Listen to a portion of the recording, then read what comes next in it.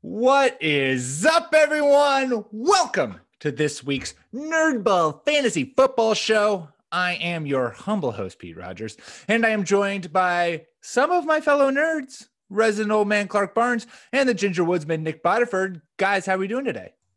Doing great, Pete. I'm writing hi, Pete. I'm writing hi. After a lovely dinner with one Mr. Clark Barnes. I heard about this. Oh my goodness. It is finally, we had a podcast reunion or social gathering. This is a monumental moment in podcast history because finally we have human contact with each other. At least some of us have had human contact. Did you get to see the new puppies? I didn't. They were sleeping and they're like, when you say new, they are brand spanking. Yeah.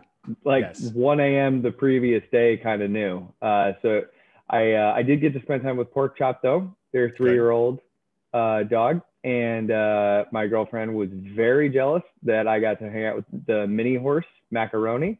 Ooh, my gosh. Clark's farm just sounds like a whole bundle of fun. This is where our first podcast symposium is going to occur. Is at the big reveal. Yeah. The antiquated MTV Cribs country version in Washington, the Pacific Northwest. I love it. Well, while you guys were having your own little celebration, I was celebrating my 30th birthday on Saturday. So I have officially moved on from the 20-year-old age bracket. And I'm now with that big 3 in front of my number. So, I'm now like you guys. I'm a haggard old veteran. You're more sophisticated. Thank you. Does it come across? Do I look more sophisticated? And now listeners of the show can see how sophisticated I look now, since we will be publishing this to the YouTubes, so you can see our beautiful faces as we talk to you. Because sometimes you just need to see exactly what hat Clark is wearing, or I don't know, Nick's face when we talk about the Seahawks. All right. We have lots to get to this week. We are going to talk about strength of schedule, since that was the saucy thing that came out last week. But of course, before we do any of that, let us dial up the news.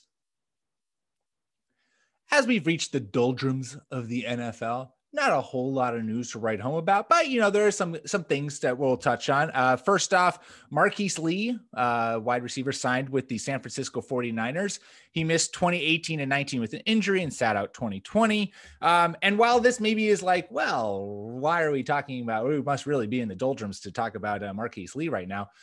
The 49ers lost Kendrick Bourne, Jerick McKinnon, and Jordan Reed this offseason, which is a fair amount of targets. I don't have the numbers right off the top of my head. So the number 3 wide receiver spot is open behind Brandon Ayuk and Deebo Samuel. Nick, how much fantasy value though do you expect there to be from that wide receiver 3 spot in San Francisco? Because in the past, it's really been kind of a run game and Kittle plus someone else.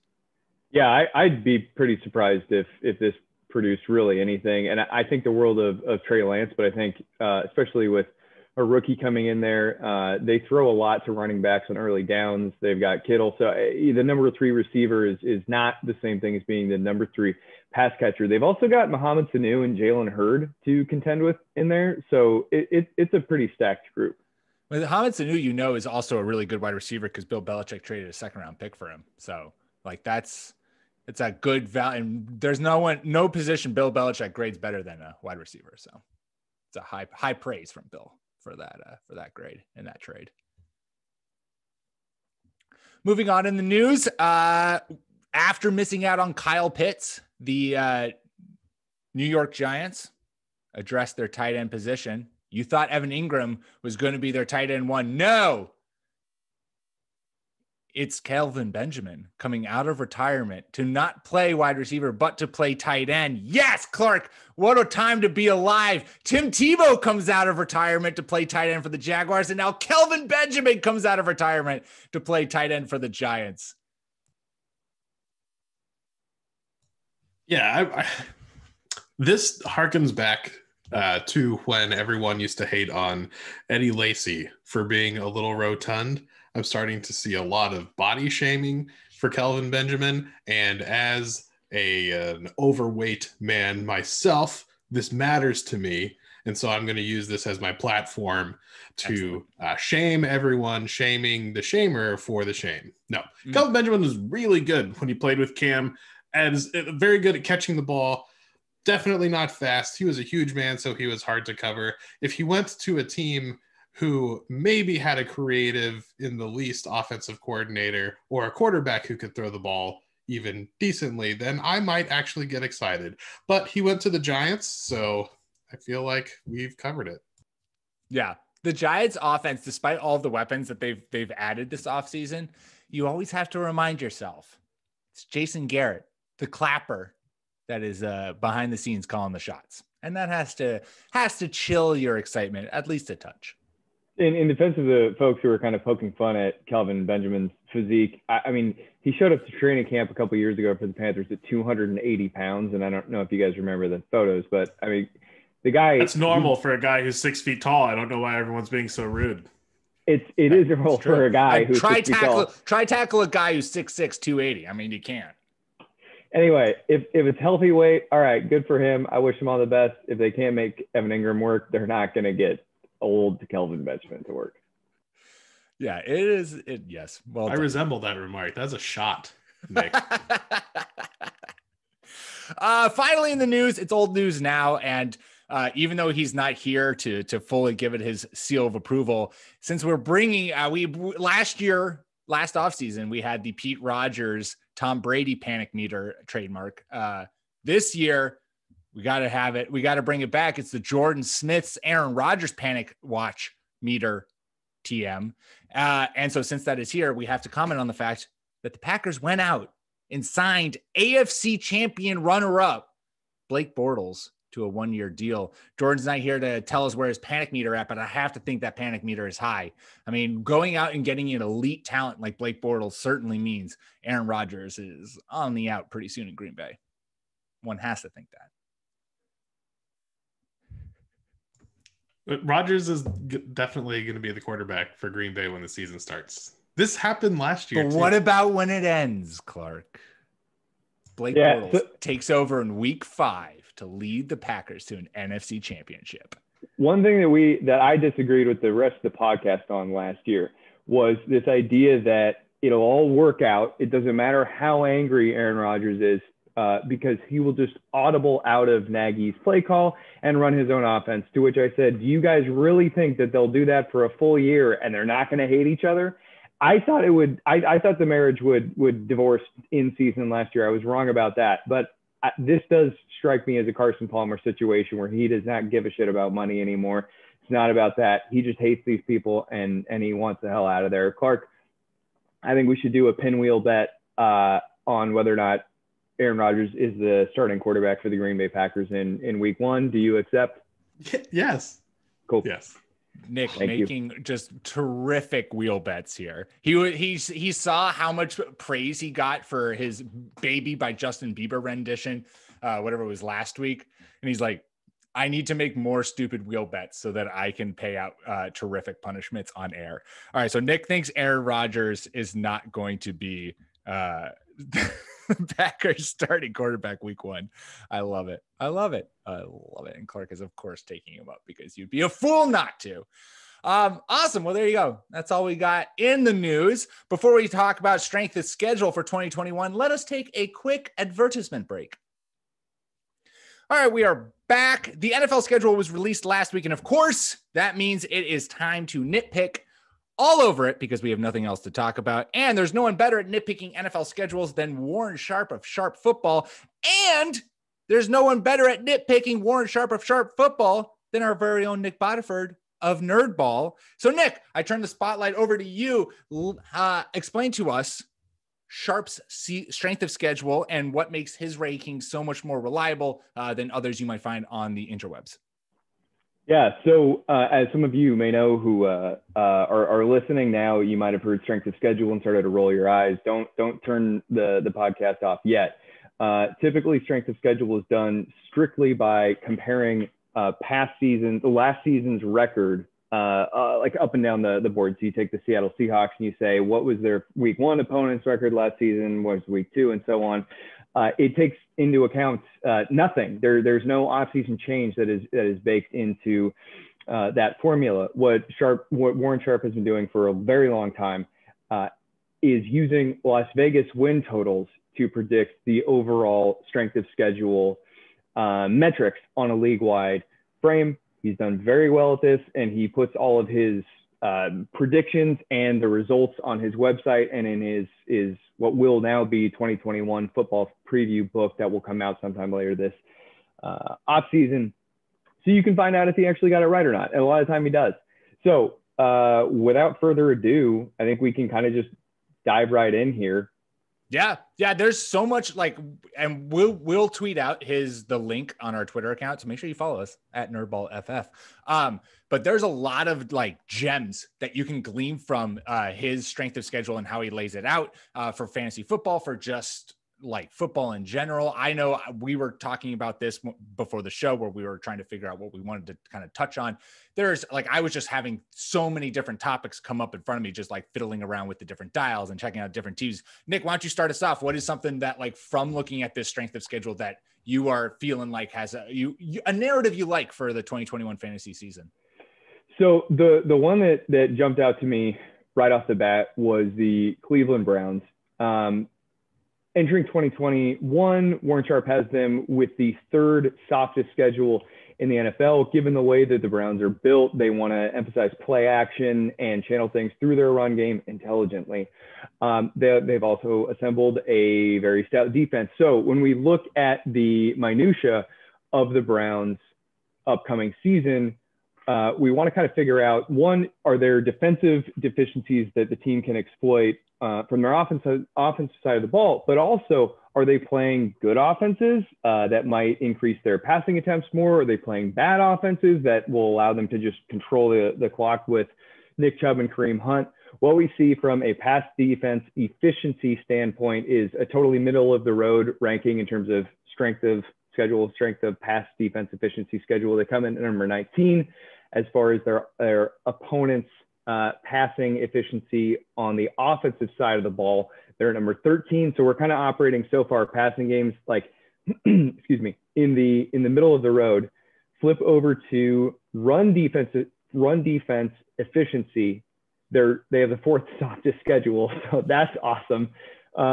And their opponent's offensive rushing efficiency is the worst in the NFL. So basically, their schedule is going to be a ton of baby soft run defenses, terrible rushing offenses, passing games that are mid-tier at best, and sort of wishy-washy pass defenses.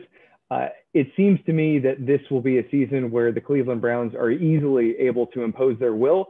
I think that overall, like I said, we like this for Nick Chubb and Kareem Hunt. Baker Mayfield, I expect to have spiked weeks, but he's not, given this schedule, I don't think he's going to be someone that we want to be targeting as a quarterback one, because it's going to be more highly efficient, but not, he may have a number of weeks where he's at 22 pass attempts per game. Yeah. No, the running backs, we saw this last year. We've seen this with the Browns, that this backfield can support Nick Chubb and Kareem Hunt. And Nick Chubb will always get the name pub and the name recognition when it comes to fantasy drafts, and rightfully so. He is the RB1 in that backfield. And when he is healthy, he routinely will turn out RB1 numbers. But man, I am already in, I did it last year and I'm going to do it again this year. Kareem Hunt as a running back 2 for your team, maybe even as your RB1, he is going at a decreased rate in ADP, because a lot of people are giving it there's Nick Chubb and you got to balance the touches. We've seen, again, multiple years in a row now that there are enough touches for both of those guys to be top 15 backs in fantasy, particularly if you're playing half point or PPR. Kareem Hunt gets so much work in the passing game. So I'm already fully again vested in Kareem Hunt this year because of what you said, how this is a running defense or a running schedule that they're going to be able to take full advantage of, and offensive game plans that are going to lend themselves to really anchoring that ground game and using full force to take it down. So I love it. I'm a huge Nick Chubb fan, and to the point of anytime someone says something I don't like about it, I just block it out as though a child being told they can't have dessert. And anytime someone says something good, I go, see, I was right. So very excited to hear this about the Browns. I am very curious, not to go too far off script here. Does this make us excited for Jarvis Landry and maybe Odell Beckham Jr., or are we really just going to lean on the Browns running attack as a solid place to park our top draft capital? I've sworn off Odell Beckham.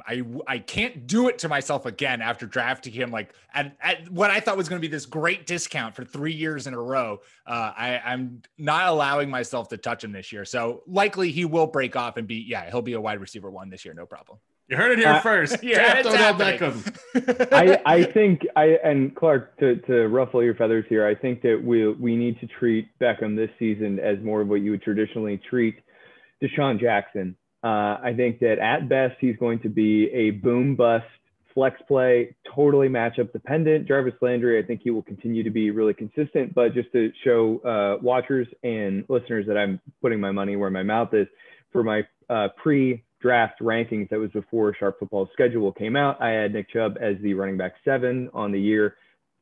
Post strength of schedule metrics, I've moved him up past Aaron Jones and Saquon Barkley to RB5. There you go. I'm just looking right now at fantasy football calculators, half point ADPs. Kareem Hunt, running back 22, going at the middle of the 4th round. Yeah, Hunt seems to be the savvy play. I also like Nick giving me the wink there, Pete saying he should be treated like Deshaun Jackson. Well, so on every one of my teams 5 years after relevance. Rostering him everywhere. Okay. Bet. That is in the books. All right, my guys, looking at the strength of schedule, similar to what Nick was saying for the Browns, where it's just like, wow, this looks like a really great schedule for this offense to put up some good numbers. The Broncos schedule makes you feel the exact same thing. And it makes you even more pissed that they didn't go out and get themselves a quarterback, didn't get Justin Fields when he was sitting there at number 9 overall, because the Broncos faced the easiest schedule in terms of pass efficiency defense of their opponents throughout the whole season. And they're top 3 in your fantasy playoffs, week 14 through week 18. That is just like, if they had a good quarterback under center, God, you would love Cortland Sutton. You would love Jerry Jeudy. You would love Noah Fant. You would love this offense if they had a quarterback you could trust. Even if there's not who knows what we know what Drew Lock is. I don't like Drew Lock. I am a Teddy Bridgewater fan. Like, I appreciate Teddy Bridgewater did, DJ Moore and Robbie Anderson were both wide receiver 2s last year, despite not scoring touchdowns. So like the yardage gets you stuff. Cortland Sutton's being pretty widely slept on, I feel like. I know he's coming off of an ACL surgery and injury, but I like some Cortland Sutton. But really what I'm liking is the fact that the Denver Broncos also face the 2nd easiest run defense schedule and the number 1 easiest through weeks 12 to weeks 18, which means my Melvin Gordon hype, which I know I'm the highest person who's ranked him amongst the 3 of us. I have Melvin Gordon as my RB21, and this was before strength of schedule came out. So I'm probably going to move him up my rankings. Javonte Williams is there, but I talked about this back I wrote a worst rookie landing spot article over on NerdBall. Check that out, nerdballff.com. We up and live. I can't believe I didn't open with that. Yes, we're live, people. NerdBall, go check it out, nerdballff.com. Okay, anyways, go read that. Gordon has averaged at least over 15 carries per game that he's played in throughout his career. And that is while sharing a backfield with Austin Eckler and sharing a backfield with Phillip Lindsay last year. So even the addition of another running back there, I don't necessarily Melvin Gordon is still going to get you good touches and playing a schedule that is his favorite. He's also had a complete vice grip on the Denver Broncos red zone touches last year. He was, I think, 8th in the NFL in terms of running back touches inside the red zone. That might change with Williams because he's a different back than Phillip Lindsay. But Melvin Gordon, I just listed off where Kareem Hunt's going. Melvin Gordon is going below Kareem Hunt, and I think Melvin Gordon has RB1 potential. So that is just solidifying my RB1, my Melvin Gordon love, my Melvin Gordon hype. Yeah, this might like single-handedly keep Melvin Gordon employed this year. It's something looking at this further, they are they have the 3rd softest opposing slate of rushing offenses, and like Their passing offense slate is like the 8th softest. So the opposing, not only are these defenses, as you said, Pete, just paper towels, the opposing offense isn't going to be able to move the ball. So even if they struggle initially, the Broncos, that is, they're still going to be able to run throughout the game, theoretically, throughout the season. So, yeah, this Melvin Gordon, Javonte Williams, I think Williams is still a great pick, even if he just gets like the Phillip Lindsay role. But it is a damn shame that we don't have Aaron Rodgers here yet. But week 1, we will. And for Javonte, go ahead, Clark. After you, bud. I was going to say Javonte Williams is a great dynasty ad. Like, I know I didn't like him. I wrote an article about why you shouldn't do him in redraft, but I also said at the end of that article, I said, Javonte Williams, this pick reminds me a lot of what the Packers did with AJ Dillon last year, where they drafted a running back. Melvin Gordon this is his contract year. His contract's up at the end of 2021. And so you don't like, it could be a situation where the Broncos maybe really put the load on Melvin Gordon for his final year. They'd love to do it. The Demarco Murray, strategy of basically running your free agent running back into the ground and then letting him go off to try to make as much money as he can elsewhere when he doesn't have any tread on the tires. And then you have a second-year running back who hasn't had that much wear and tear who can come in and really take over. So Javonte Williams is still a great dynasty ad. In redraft, though, it's all about Melvin Gordon, baby.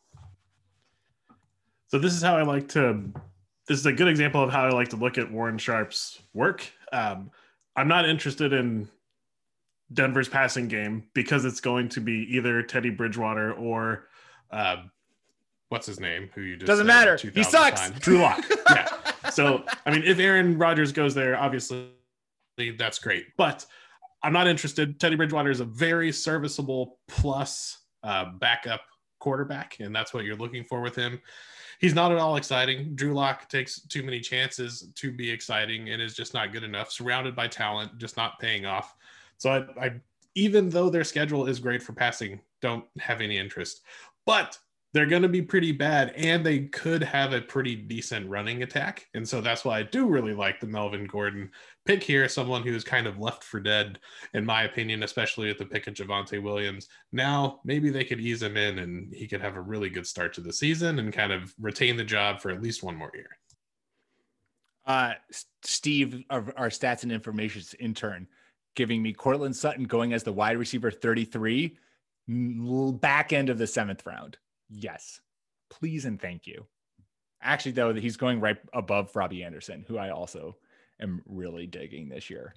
Damn, these wide receivers, man, there are a lot of wide receivers who entice me this year. Clark, what did you get out of looking at strength of schedule this year? So I always like to look at outliers with things like this. Most teams are going to end up just in the middle, and you can look back at Sharp's previous years, and the teams in the middle move a lot, even though he is a fantastic predictor. And I'll just say again, like, you should definitely go to sharpfootballanalysis.com, which is his website, and check out what he does. He's been doing this for a long time. It's fantastic. We're doing a show about a thing he did, so just keep that in mind. Anyway, really excited about San Francisco. All they need is a quarterback who's halfway decent and stays healthy, and I was already going to be all over them this year. Which they have on their roster because they drafted one, unlike the Broncos. Yeah. So worst case scenario for fantasy fans, Jimmy Garoppolo plays the whole year. Last time he did that, the Niners went to the Super Bowl. San Francisco has the by far easiest schedule.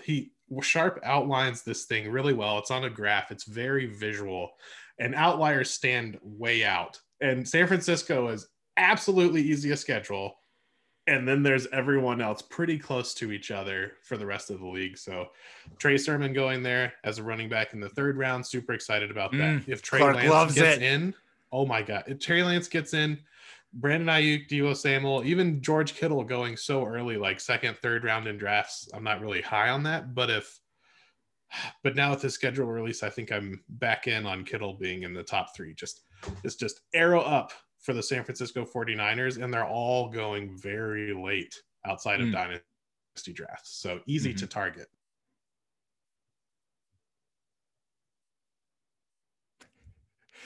We love it. We love it. Yeah, I got nothing to add. It's like, it's going to be a fantasy fest. It's gorgeous. It's superb. And let me spin some negative here. Cause I will say strength of schedule. It just solidified my anti DK Metcalf take.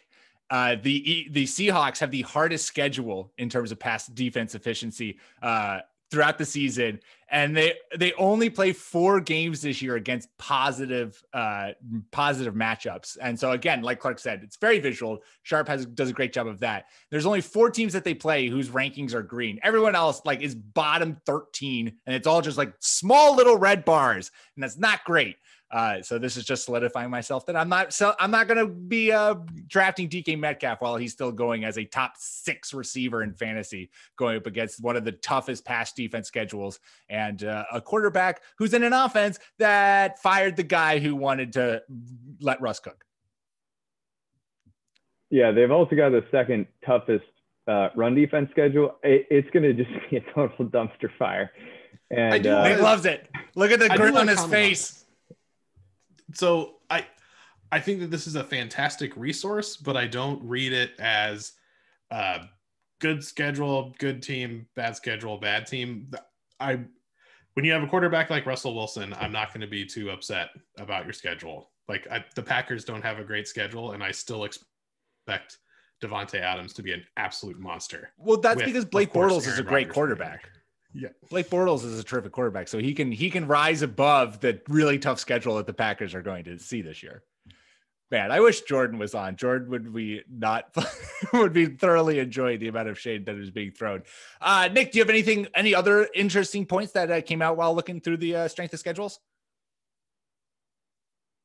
At this point in time, I haven't had to, I haven't done too much of a deep dive into it. I did notice that there's, credit where credit is due. There's a small news outlet called the Pro Football Network, and it looks as though they're trying to get on this bandwagon of doing Vegas-based strength of schedule metrics. I think that they're still very green in the way that they've done it, but I just want to give them a shout out and look at you, let them man know of the that people, Nick Bodiford.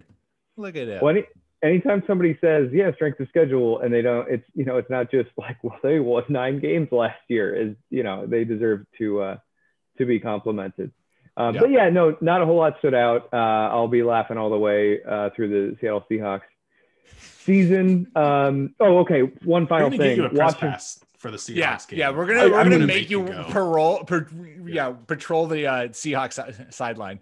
There are some fun matches that they have this year, but I guess one small nugget that I'll throw out there. The Washington football team has the 9th softest schedule of passing offenses. So yeah, maybe anybody looking to do a Terry McLaurin, Ryan Fitzpatrick stack, go get it done. That's gonna be fun. My God, Clark's been banging out NFL team previews over on NerdBall, and he just dropped his Washington football team one. It is a pretty offense to think about when you see the fact that, that they have one of the easier pass schedules. The other nice thing, Nick, I don't know if you went into this, but their conclusion to the season, I think it's from week 12 to 18. They're number 1 by a mile in terms of pass efficiency that they're facing, which is just like, and Washington's not in a situation where Ryan Fitzpatrick could get benched in the second half of the season for a rookie, because there is no rookie there. This is Ryan Fitzpatrick's show, and it's just going to be absolutely glorious when Terry McLaurin lights it up and is a surefire wide receiver 1. I am putting all my money on him. Yeah, so I think it will be a bit obvious, but if it'll be worthwhile to send out trade offers in the middle of the season for football team players, because they got their bye in week 9, and then they have to face the Bucs in week 10. But as you said, after that, Panthers, Seahawks, Raiders, Cowboys, Eagles, Giants. Like that. Yeah, that might be the softest slate of pass defenses on the season for that stretch. That's wild. It's so gorgeous. That's so gorgeous. Clark, why don't you wrap us up? You have any final tidbits to add? Yeah, and I'm going to publish this in an article over at the newly launched nerdballff.com, which is live, by the way. We went live today. So you should go there and read some things. We have lots of articles up already. We've been working on this for a while. So feedback welcome as well. I like to use this strength of schedule, as I said, not a be all end all for all of my fantasy making decisions, but really a way to identify where some unexpected breakouts are going to happen, and then where some unexpected busts are going to happen. And one of those is, unfortunately, the Detroit Lions. There's a lot of hype around just Deandre in general. Swift. specifically, there's a lot of hype around DeAndre Swift and how he could get 500 touches. And it's because people watched him play last year, and he's a very exciting running back. And so there is the narrative street tale of they're going to be so terrible that they're just going to run the ball and he's going to get all of this work. And that's possible. But they also have one of the toughest schedules going, according to Warren Sharp. And so instead of paying a middle of the second, late second round pick on DeAndre Swift, where it is possible that he could hit and it could really pay off, you need your running back to score touchdowns to be viable. And I just don't think that they're going to score enough touchdowns. Even if DeAndre Swift is the man, this is just not the year for him. So, thanks to Warren Sharp for just throwing another log on the hate-fueled fire of the Detroit Lions. God, one more thing. Anthony Lynn's going to be the offensive coordinator for the Lions. He's the one who wanted to start Tyrod Taylor over Justin Herbert last year and would have had team doctors not skewered Tyrod Taylor's lung during surgery. So I thought this was a bit when you started and you're talking about the hype in Detroit. It took me for a wild ride, but you're right. They have a really brutal schedule, and anyone clinging to hope for DeAndre Swift, despite the fact that they signed Jamal Williams, who will take a frustrating amount of passing down work. Abandon ship, abandon hope, all ye who enter. Yeah, we as a site are low on DeAndre Swift this year. We just dropped our initial 2021 rankings for half point PPR, and I have DeAndre Swift the highest, which now I need to reinterrogate that clearly. I have him as my RB 19, Nick RB 26, and Clark RB 21. So yeah, we're not high on the boy. You shouldn't be drafting him to be anticipating him to be your RB 2 because I don't see it happening. And as Clark said this on the site somewhere, I think that it is hard to bet yourself, like to bet your team on a good player on a bad team when that team is just really, really bad. I might be misquoting, but I think that was the gist. That's as close as any quote I've ever fired off from the pod. So I feel like that's good enough. Oh, well, there you go. Well, that's all we got for you this week. So please rate and subscribe to the podcast on whatever podcast platform you use, your podcast platform of choice. And make sure to follow us on Twitter at NerdBallFF. Also, super cool feature we now have. You can leave us audio messages on our Anchor page. So anchor.fm/NerdBallFF. So if you have any fantasy questions or just general fantasy thoughts, maybe you want to come at us hard for our DeAndre Swift takes or for my DK Metcalf takes, you can record them and send them to us, and we will make sure to listen to them. Follow myself on Twitter at PeteMRogers. You can follow Clark at NFL Clark and Nick at Ginger__Nick without a K. And of course, make sure you check out all of the amazing content we're putting out at nerdballff.com. The site is live. I don't think we mentioned that on this show, but the site is live. So go check it out. There's a lot of good stuff. Clark's been rocking some team previews. I have some rookie reactions. Patty, who's not on the show, but Patty has been doing a bunch of dynasty rankings. And Nick has just been, dragging his feet, kind of slowly putting something out. We'll see. Who knows what Nick really does. I mean, let's be honest. Look at him. My second COVID shot knocked me out hard last week. Oh, excuses. No, of course, Nick. Hey, health is number one. Take care of yourself, kid. Until next week, my fellow nerds.